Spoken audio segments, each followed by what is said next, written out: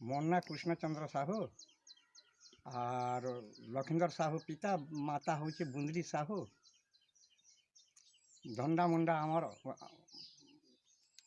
पंचित खबराखोल थाना मो जीवन नंदी घोषे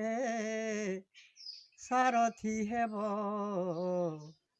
हे कृष्ण केशव हे नील माधव मुख्य धाम नेई मोरु रथ रखिब मुख्य धाम नेई मोरु रथ रखिब पंचु पुराण मोर पंचु पांडवे